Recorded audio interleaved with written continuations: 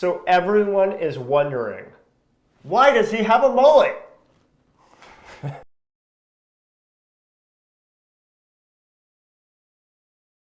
So what we know is that being different and being yourself leads to people actually like you, wanting to do business with you.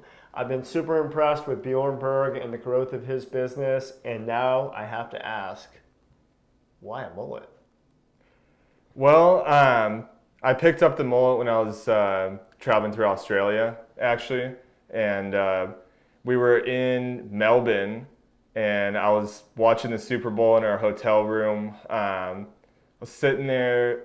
I ate 2 pizzas that day, and I was just sitting there in bed watching the game, and the Niners lost.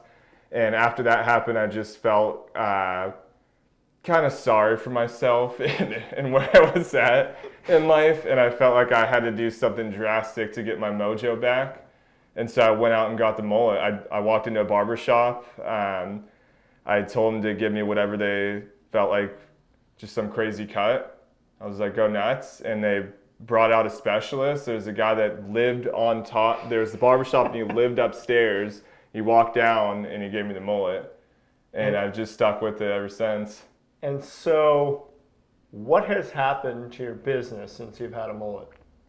Well, after we got back from that trip, my business really took off, and I think looking back at it, I gained a lot of perspective from that trip. We traveled to 9 different countries in 2020, which I don't think anyone else can say, but I saw a lot of different ways of life, and after we got back from that, I moved back to Santa Cruz. Where before that, I was living in San Francisco, and I was commuting back and forth, coming into the office, which was pretty tough. But I moved back, and just kind of started being myself and trying to have fun with people, and really enjoyed what I'm doing, and running around touring homes, and things just started clicking. Did you notice that gravitationally people were pulling towards your hair? Yeah, I got a lot of comments on the hair, and I was actually about to cut it, and Ben was one of the reasons why I didn't. He was like, there's no way you can get rid of it, because I felt like it was unprofessional or whatever, and originally I thought this is just going to be like a travel cut, just some ridiculous mullet that I'm rocking for a while, but Ben was like, no way, man, you can't get rid of it.